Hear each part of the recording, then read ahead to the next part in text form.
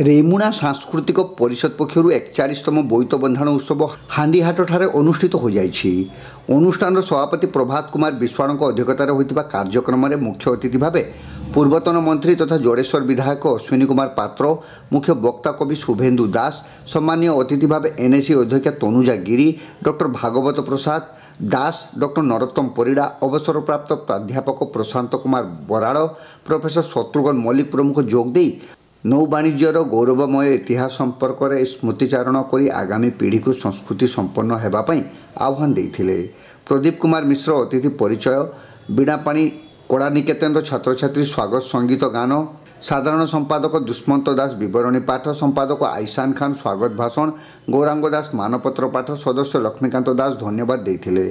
सभार हरिश्चंद्र साहू को परिषद सौरभ, बंशीधर नायक को शिक्षा सौरभ, फूल सोरेन को क्रीड़ा सौरभ और अरुण कुमार महांती को कृषि सौरभ सम्मान सम्मानित करा सह कृति छात्र छात्री को पुरस्कृत करा जायथिला।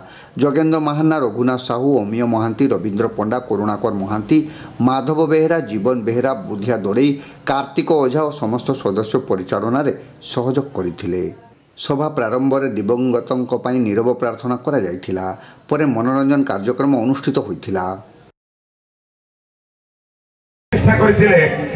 सर्वप्रथमे से भक्तिपूत प्रणाम जनाऊँगी।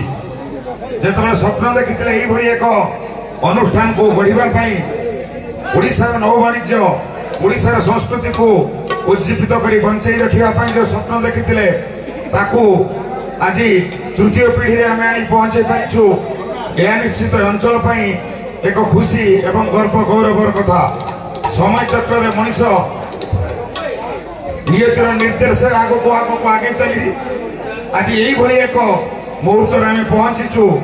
आग को देखिले दूर दिग्बलय इंद्रधनुर झलक, किंतु अतीत को आम जिते मंथन करुचु सेतबेले मन पकाउछु आगामी पीढ़ी को जे पूर्व कथा को तुम्हें केवे भूली परिबा नहीं, संस्कृति को भूली परिबा नहीं, पूर्व संस्कृति को धरी रखिबा पई, पूर्व ऐतिह्य को मन पकाइबा पई आगामी पीढ़ी किभली संस्कारी हो आगो को आगेब। यही नौ वाणिज्यर कथा आका मा बोई पान गुआ थई पान गुआ तोर मासक धर्म मोर, यही उक्ति को उज्जीवित करी आज आम यही युवपीढ़ी आगामी पीढ़ी को संदेश देवाक चाहूँ। ओडिशार नौ वाणिज्य, ओडिशार संस्कृति, ओडिशार सांस्कृतिक कार्यक्रम से माने धरी रखु।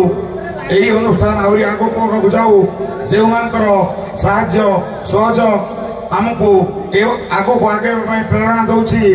रेमुणा व्यवसायी बंधु, पुलिस बंधु, मीडिया बंधु एवं उपस्थित दर्शक श्रोता आज जो माने कार्यक्रम को सफल साकार करने आमको प्रेरणा दौरान सहयोग करुँच एवं कमिटर समस्त गुरुजन माने एवं समस्त सदस्य मान को सभापति हिसाब से धन्यवाद दूसरी। सी आज महाधूम परिणत हो रेमुणा रम्य रेमुणार पवित्र माटी एक झड़ सृष्टि कर निश्चित भाव में एक सांस्कृतिक अनुष्ठान ये व्यक्तिगत नुहे कि पारिवारिक नुहे, यह हूँ रेमुणावासी अनुष्ठान। जो अनुष्ठान रेमुणावासी फटिका मूलिया ठारू आरंभ करी चाषी ठारू आरंभ करी श्रमिक ठारू आरंभ करी छोट दुकानी ठारू बड़ दुकानी मानकर सहयोग अनुष्ठान आज की 41 वर्ष पदार्पण कर अनुष्ठान रेमुणावासी आशीर्वाद चलती। निश्चित भाव में ये आगू को आहरी बढ़ ये संस्कृति परंपरा को बजाय रखापी आम प्रति वर्ष किसी ना कि पिला सचेतनता सृष्टि करछि। आज ओडिशार गौरवमय इतिहास निश्चित भाव में अतीत हो जाइछि। वर्तमान एक घड़ी संधि मुहूर्त पहुँचला। आगामी भविष्य किभली भाव में गढ़ी हम एक प्रश्नवाची सृष्टि करछि। यही परिवेश में ये रेमुणार सांस्कृतिक परिवेश संस्कृति को बंचाई रखापी निश्चित भाव में अनुष्ठान आगू जी मोर देखो। यदि समग्र ओडिशा को आम विचार करवा रेमुणा वर्तमान एक प्रमुख स्थान में उपस्थित।